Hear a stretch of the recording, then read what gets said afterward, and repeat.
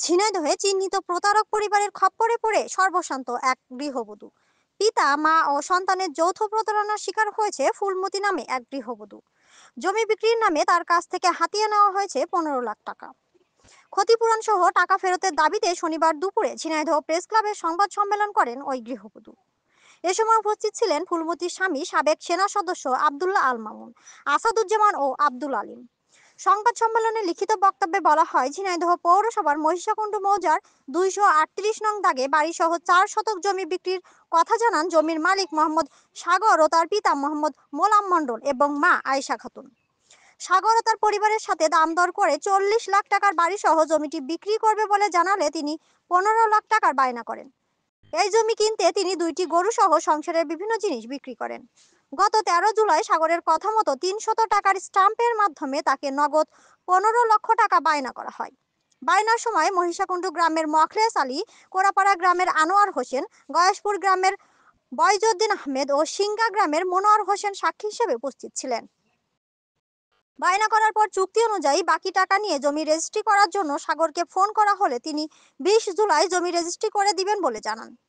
ফুলমতি জানান, জমি রেজিস্ট্রির দিনক্ষণ ঠিক হওয়ায় তিনি নিজের গহনা বিক্রি ও চাষের সব জমি বন্ধক রেখে টাকা জোগাড় করে ওই তারিখে রেজিস্ট্রি অফিসে উপস্থিত হন।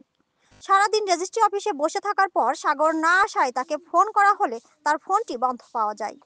এরপর তার বাসায় গেলে সাগরের পিতামাতা তাদের সঙ্গে খারাপ আচরণ করে বলেন, ছেলের টাকা নিয়েছে, তার কাছে যাও, সে তোমাদের জমি রেজিস্ট্রি করে দিবে। কিছুদিন পর প্রতিবেশীর মাধ্যমে ফুলমতি জানতে পারে প্রতারক সাগর মালয়েশিয়া চলে গেছে। যাওয়ার সময় গোপনে জমিটি তার মা আয়েশা খাতুনের নামে দলিল করে গেছে। সংবাদ সম্মেলনে ফুলমতি উল্লেখ করেন, তিনি অতি সাধারণ পরিবারের সদস্য হিসেবে বহু কষ্টে 15 লাখ টাকা জোগাড় করে জমি বায়না করেছেন।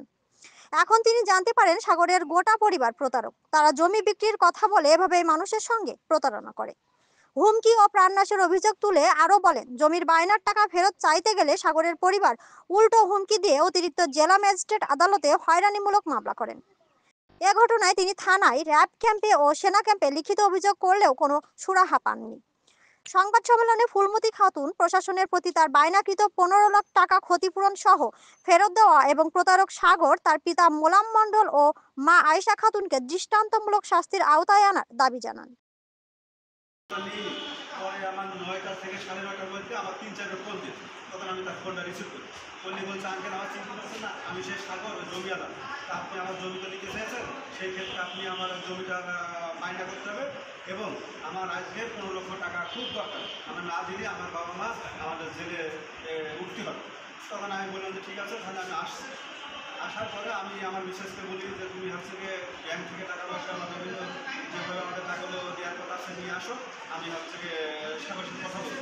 তখন সাগরের সাথে কথা বলি, সাগরের সাথে আমি কথা বলি, আমি একটা মোহরিকে দলিলটা দেখালাম। উনি বলছে যে না, দলিল হিসাবে, কাগজ হিসাবে জমি সাগরে। তারপরে ওনারা যায় প্রাথমিক পর্যায়ে